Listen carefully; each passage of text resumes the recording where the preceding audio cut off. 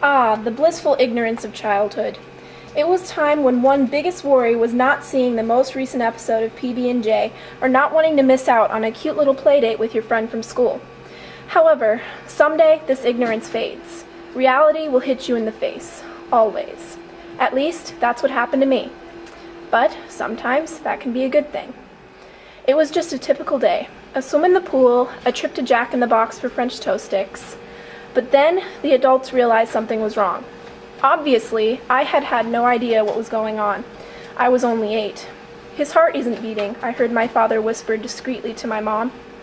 They both frantically rushed out of the room. This was where my blissful ignorance had come into play.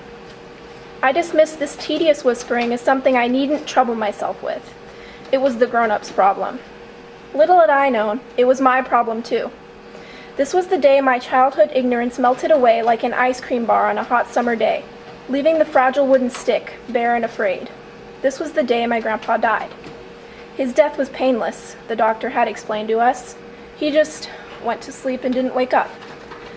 This consolation hadn't made my family feel any better. Everyone was full of melancholy, tears were plentiful, and yet no one would discuss what had happened. Then, just a few months later, my grandma made like her deceased husband and died too. It was like my grandpa's death all over again. At the time, this had seemed like such a tragic situation, one that our family would never get over. But you know what? I can go weeks without even thinking about my grandparents now. That may make me seem like a heartless brat, when in reality, I've just come to terms with the tragedy. I know they're in a better place, and I'll see them again someday. Even when I do think of them, I make sure to remember all of our nice memories together. What I've ultimately learned from this incident is that ignorance is never a good thing, and that you've always got to keep moving forward, even if it means bearing your metaphorical ice cream stick to the big and scary world that's always been there, but you just hadn't seen it. Staying up on the past gets you absolutely nowhere. The best thing to do is work through your pain and move on with your life. Because of this unpleasant incident, I've developed my life philosophy. Now, I completely and thoroughly believe in moving on. Life always has its really high points and its really low points. It's kind of like that game, Chutes and Ladders, kids play when they're little. Sometimes, you climb a ladder that takes you to record heights, and others, a slide that tumbles you way back down to the bottom. But as long as you power through those tough times and keep moving on, you can always make it back to the top. The way I see it, why would you want to linger on calamities in the past? If these disasters make you feel so awful, then you should just move along. Unfortunately, for some people it just isn't that easy. There's a lot to this moving on business, like, for example, acceptance.